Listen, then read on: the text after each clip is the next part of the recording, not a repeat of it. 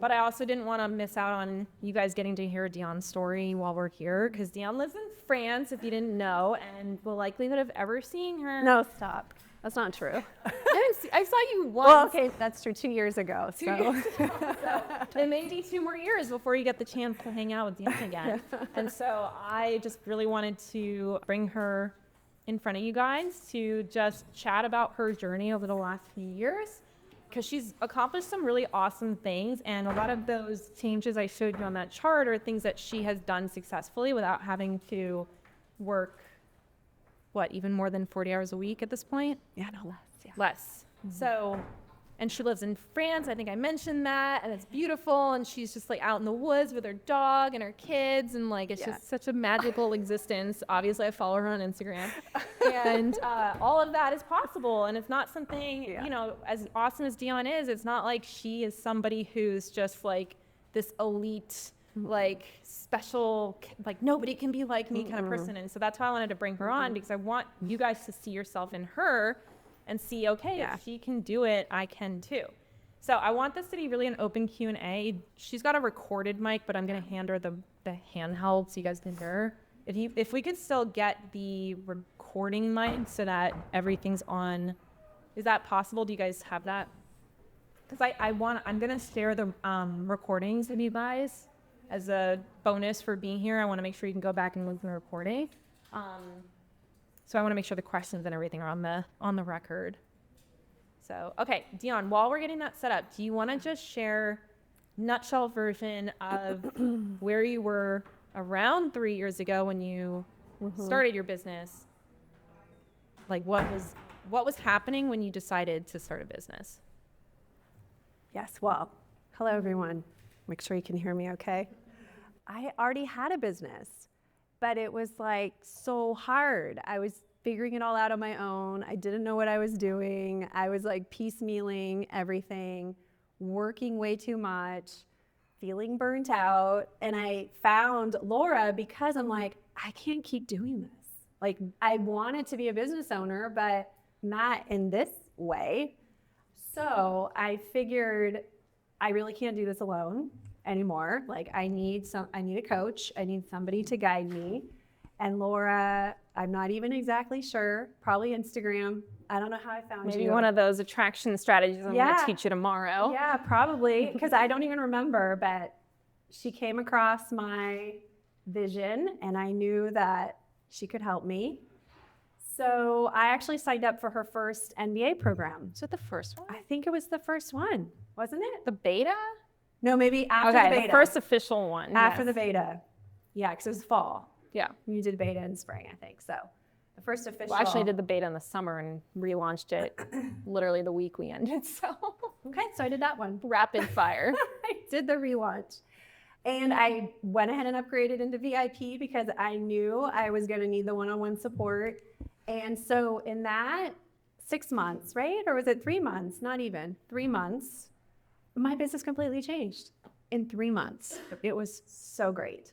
She was like, why are you doing all this work? And why are you serving people at this price point? And what do you mean you're doing one-off sessions? Like, what are you doing? So we put together the high ticket model, right? Like the high ticket package, one-on-one package, so that now all of a sudden I could see half the amount of people and make the same amount of money, which felt really good. And then I had the bandwidth to start putting together a course. And so by the end of that program, I had a course. I had already done a beta launch of the course and getting ready to like relaunch the course and start the group. Like in 3 months, you guys. It was really fast.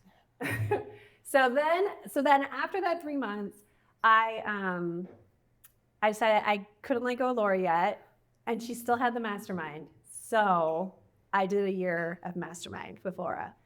And in that year, I doubled my revenue, like really, really cool. And being able to see less clients and start scaling this group program.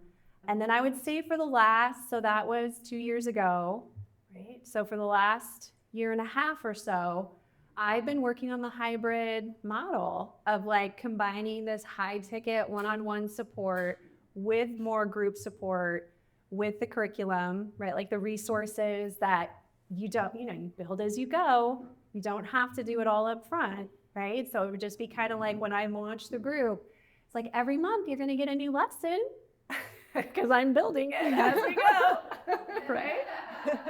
And it was totally fine and it worked great.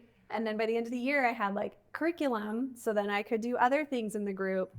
And yeah, it's just really allowed me. I mean, it doesn't mean that there isn't still growth to happen, and we're kind of working on that next level now. But I think that within that year and a half, I've really been able to create something that not only gives me a lot of joy, but is totally sustainable. Like I am nowhere near burnout anymore. I'm not working weekends anymore. I'm not working late at night anymore. Like I have time to be with my family. I have time to travel. This summer, we actually took a month off to go see my family in California. And I was able to do that. So I'm not like, I wouldn't say I'm not at that third tier yet, right? Like it's not like you have to be all the way at the end of the goal line to be able to like actually create the lifestyle you're looking for. I think Laura really helped me do that. So yeah, that's me. Well, and one thing I want to mention, because the mastermind, I've had a lot of questions come up about that, and it's not dead, it's just hibernating right now. So what I will say is a lot of what I learned from working with people like Dionne in the mastermind was what actually inspired the curriculum for our Shift program. Because literally, like we had a session, a month ago, maybe 6 weeks.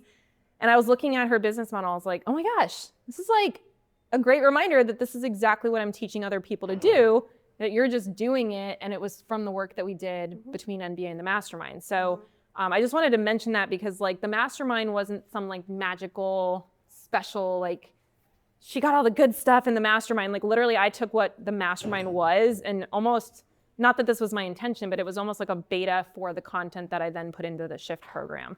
So yeah, I just wanted to mention that because yeah, the mastermind, I love the people that were in it, but it was a difficult program for me to run with a baby. So we shall see where motherhood takes me. But yeah, basically your entire business model is what the Shift program is all about. So I think that's a good overview of your journey over the last 3 years. I would love to just open it up for questions. And this is this anything goes kind of question time? I mean, yeah, I'll say, what could I say? Like, no comments if I don't feel comfortable answering. Thank you for sharing. First, I didn't catch what your niche is. I'm just curious. I didn't even say that. I'm sorry. So I work with people going through cancer. Laura did say that. That's my niche. Yeah. And so I've created a program where I really help people what I describe through each phase of the cancer journey. So through treatment, through post-treatment, detox, healing, repair, and then long-term recurrence prevention. And I've integrated, integrative medicine and functional medicine tools to help us do that. And I really love it. I feel like it's something that's just needed. There's not a lot of us out there doing this work. And cancer can feel like such an unempowering experience. And it's really my goal to be like, it doesn't have to be that way. There's a lot we can do to help you heal. So yeah, those are the people I work with. That's amazing. Thank you. And my second question is, if you could put yourself back when you were in the NBA and you said in 3 months you did all that. So can you remember, like, how did you prioritize your time to be serving the clients you had one-on-one so you still were getting an income, attracting new clients, and building a scalable thing? Like, that's just like what I can't figure out is how to do all of that at the same time and be a human being. Yeah. You just have to just not be a human being. Right. That is the solution. But like I have kids, it's like I don't have a choice. I have to. Yeah, I mean, that's a fair question. I think one of the very first exercises we did that was so helpful was that time management exercise. You probably have a name for it. Probably. I think it was like the time management matrix or something super creative like that. And it was really looking at like, how do you spend your hours in a week? And so I think the very first thing we did was completely changed my schedule to time block because I was all over the place, So you're like, no, like let's actually make Mondays your admin day, and maybe Tuesdays are program development. And that's when I worked on my course. And then Wednesday, Thursday are clients, or, so that was incredibly helpful and not obvious to me. I'm like, oh, that's brilliant. I remember after that, like our very first session, and she gave me that model, I told my mom, who helped me invest in it, by the way. So like, be creative. I know it's super scary when you're like, I don't have a lot of revenue and I'm not sure how I can invest in a coach. I just went to my mom. Like, can you please help me do this? Because it's really important. And I told her after that first conversation, she's like, oh my God, it was worth the money right there. And I'm like, it was, wasn't it? Yeah.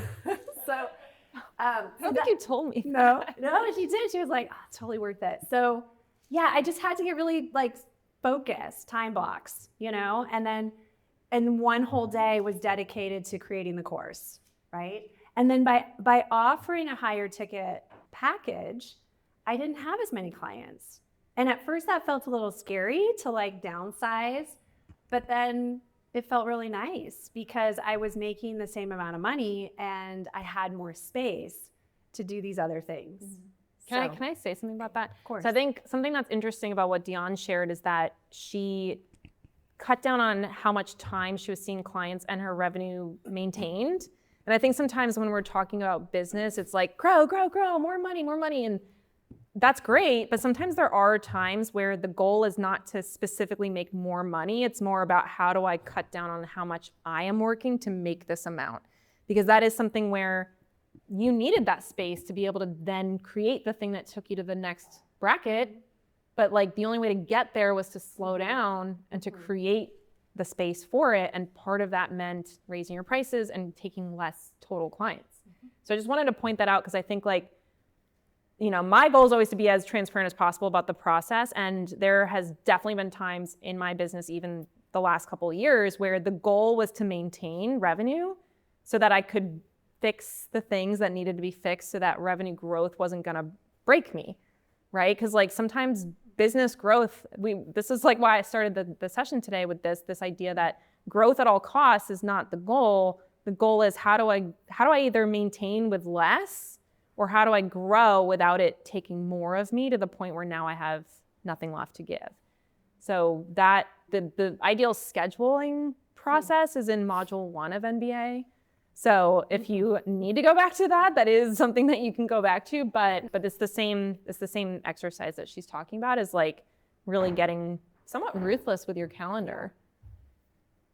100%. I would just say one last to piggyback and then take another question is also Laura really giving me permission, not that I needed it, but she's my coach. So of course, like you want your coach to support your thoughts, is that it doesn't have to be built before you sell it. That was huge. Like I wouldn't have thought to do that on my own either. It's like, oh, I could sell this program and then build it as we go. And literally like week to week, I was building the modules. Mm-hmm. That helped too, right? Because I was getting paid to create it. Yeah. Yes, Kyle. So when you first started with NBA and you were able to kind of cut your client load, almost like in half, and probably raise your prices like double, did you in that process change a lot of your offer, or was it just working and kind of figuring out that like the model wasn't sustainable and you just had to kind of like increase the price to drop the number? But did you make any changes to the offer? Yes, I did. That's a good question. Is that I went from, I'm trying to remember now because that was 3 years ago, but I think what I was offering people was like this initial, where you put all your energy, right? The initial plan, the initial appointment and plan, and maybe like one follow-up. Yeah. That sounds familiar, Kyle. And that's what people were paying, right? And I was like, that's silly. Why am I doing this? So then I created like a 3-month package. I was like, no, we're not doing that anymore, right? And also I was doing like, so you did your initial and follow-up, and then you could just like book follow-ups as long as you needed. Yeah, no. So now we don't do that, right? Now it's like, well, now it's changed again. But at the time it was like, no, we're going to do 3 months. And if at the end of the 3 months you feel like you need more, then we're going to book another package. Yeah. And that totally changed. And what I found interesting is obviously like the price point changes now, maybe who the easy yeses are, but it still wasn't that hard to sell. And in my head, I thought it was going to be, but it wasn't. People were like, yeah, that makes sense. Okay. Like, why wasn't I doing that before? You just didn't know. I didn't know. Did feel oddly personal. Yeah. You feel personally attacked. This is what I just went through. So Also, is the bar ready? If anyone wants to grab a drink, please feel free. So. No, I'm good. Thank you. I'll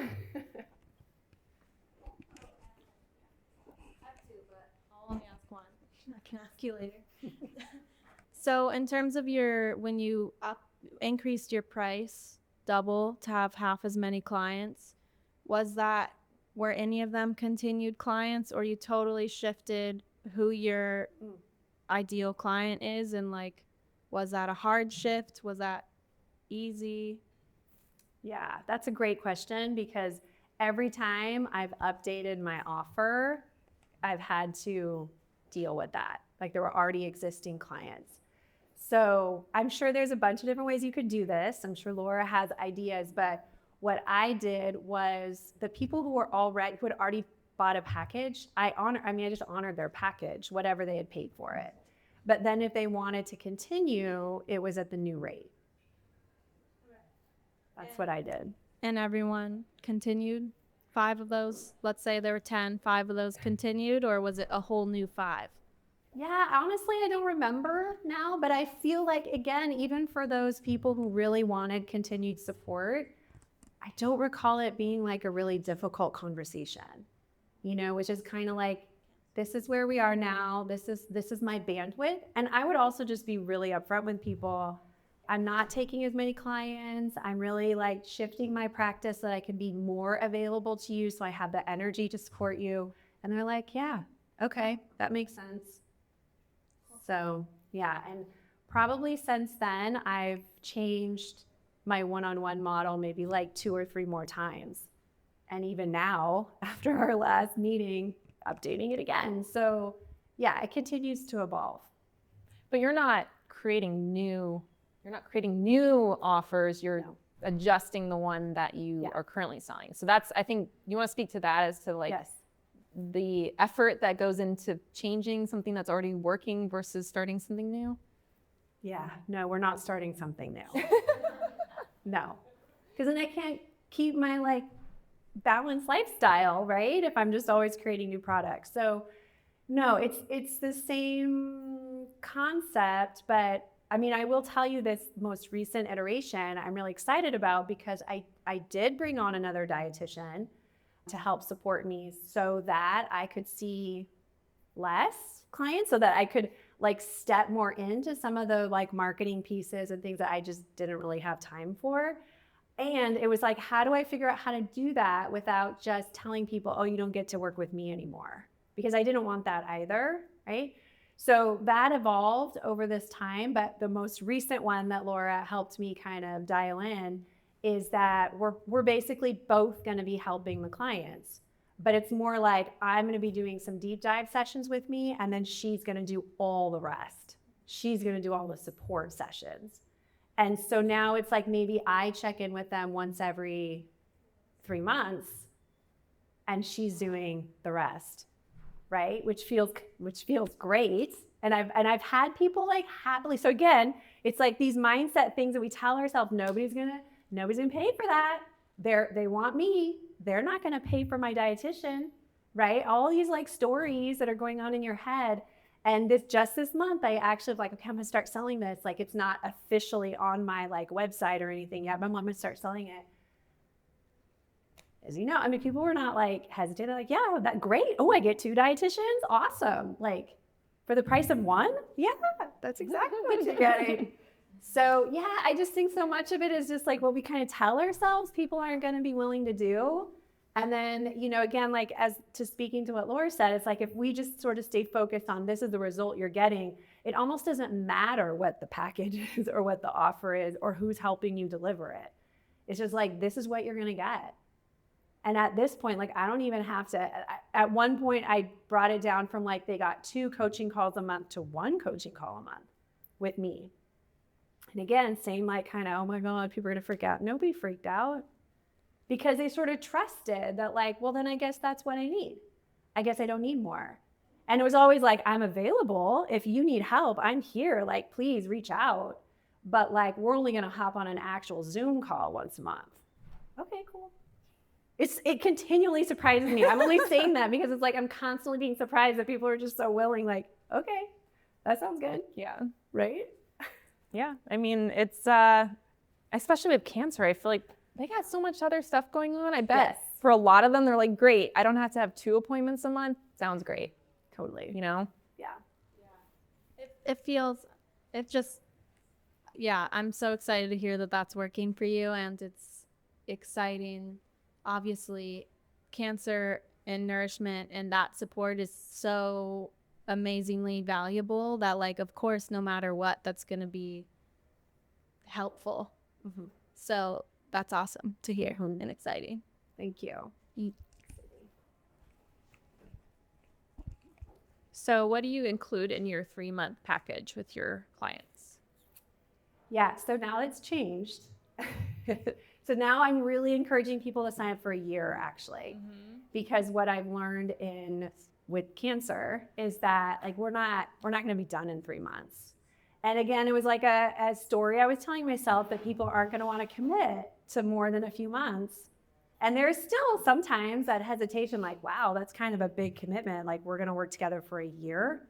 And I'm like, trust me, you're going to need it. And you're going to be super thankful that you have us for a year. So now I do have a step down offer that's 3 months, but it's really just for the person who's like post-treatment, where we're working on prevention. It's not quite as, I don't know, hand-holding, like not as labor intensive. But now I'm selling a year. And so they're getting a deep, like an initial new client case review protocol development from me, so like the plan. And then they get a quarterly deep dive with me so that we can do labs, or we can like check in, or if like now they're done with treatment and we need to shift to post-treatment, like we can create a new plan. But in between that, they're going to check in with my dietitian and the group, right? Because now it's a hybrid. So now it's like, and I think that also helps. It's like, if I'm going to step back and only offer 1 coaching call a month, but now they have the group, they can hop on a group call. They can check in with the group in their private community. Like, they're not without support. And I guess that was something like Laura really helped me with too, is to realize that even though I'm the like, brains behind this business, like I don't have to be the only one providing the support. It doesn't have to just be me. Like, it can be my plan, it can be my vision, but now I have like some team members that can help me deliver, and they have a community that they can get support from, just like we experienced today, right? So that's been really refreshing to step back and be like, I don't have to be the only person helping them. So you're doing like, you're part of like a quarterly call, but then there's monthly calls and then like group stuff. Cool. I love that.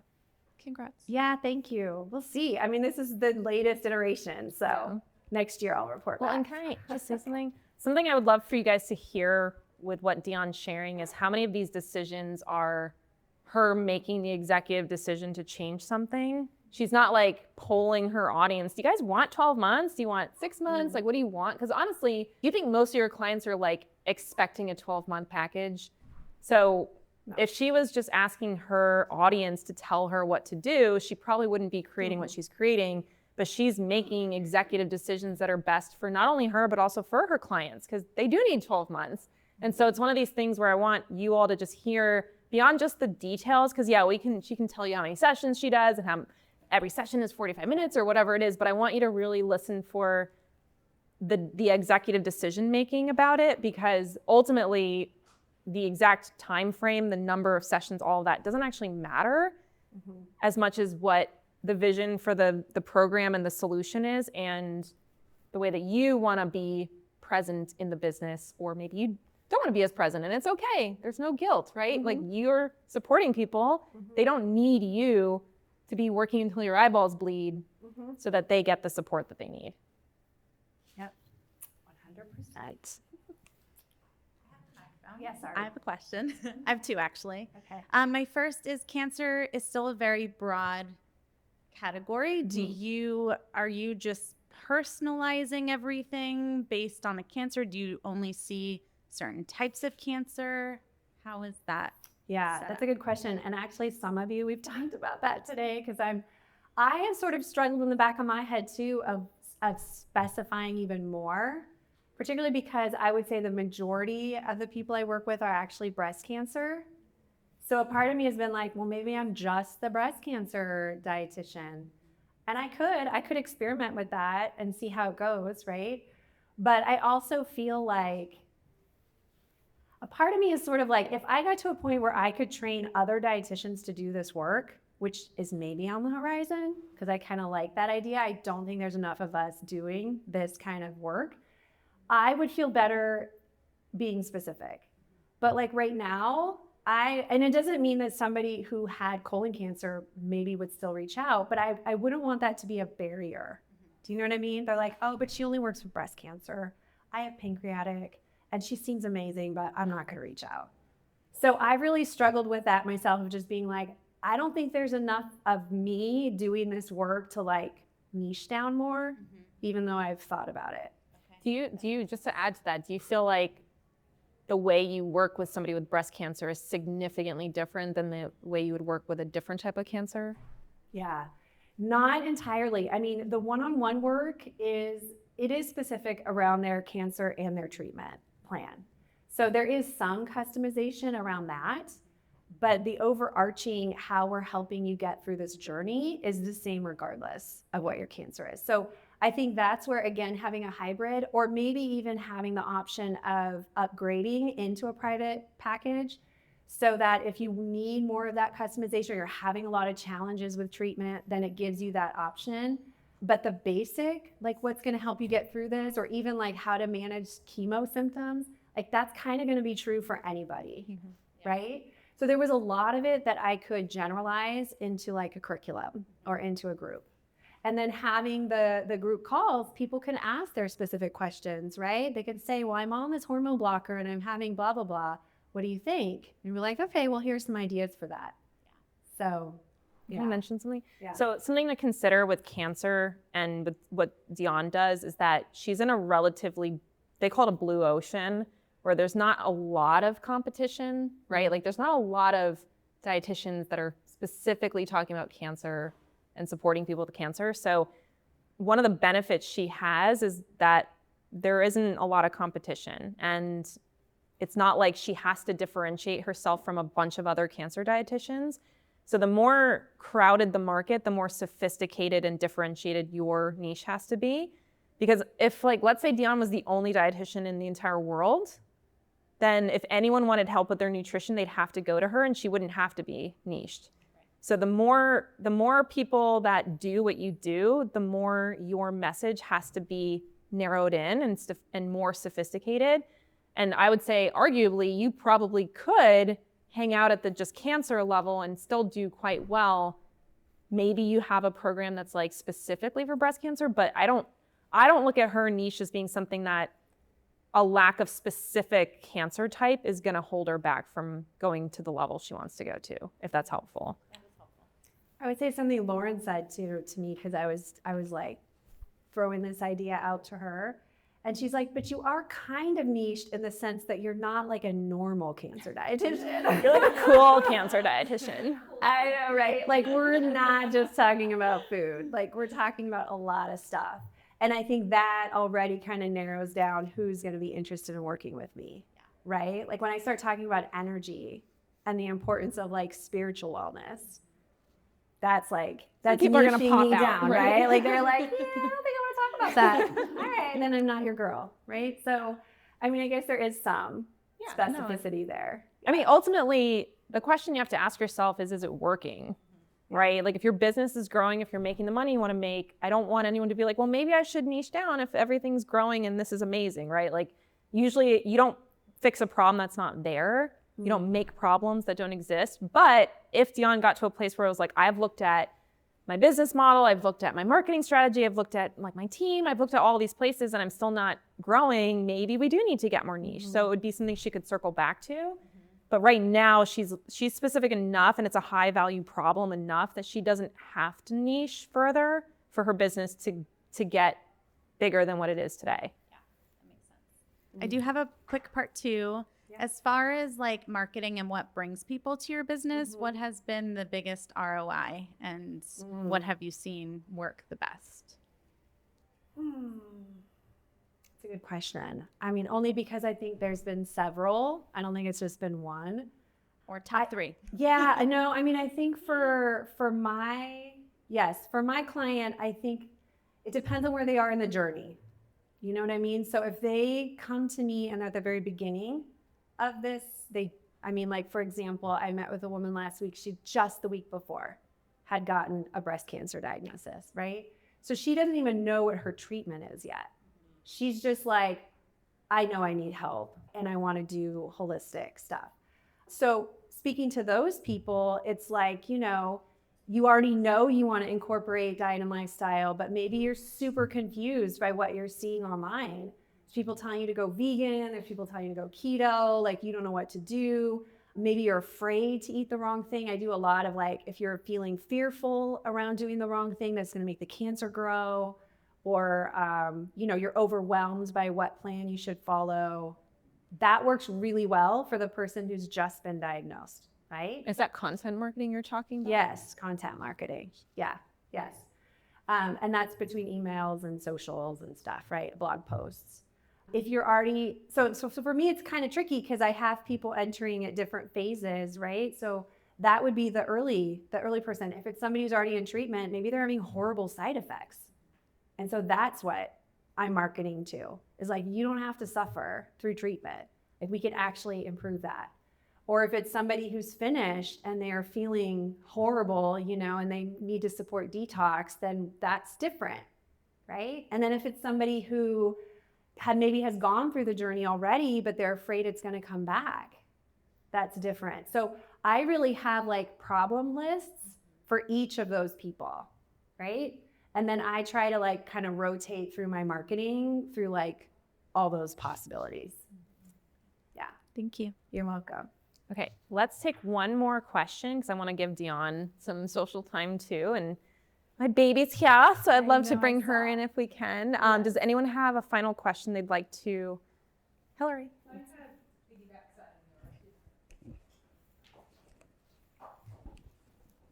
Because for me too, I kind of have the blue ocean thing. I do blended tube feeding. There's not a lot of people doing what I'm doing. And so I'm at that point now where I was one-on-one and I was now a course. And now I'm like, okay, now I need to just get this in more people's hands. And I don't exactly know what that's going to look like for me.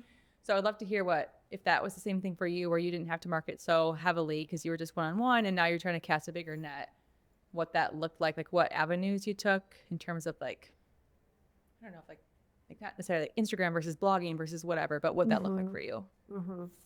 I mean, I think that's an ongoing journey too. Like I was, reviewing the grid she just put up for us, right?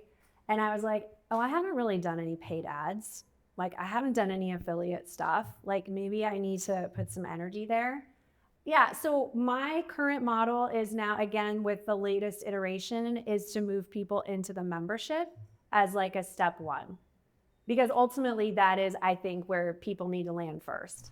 And then they could upgrade into private if they want, right? So that's changing my marketing a little bit, because now it's almost an easier yes. It's an easier sell because it's a much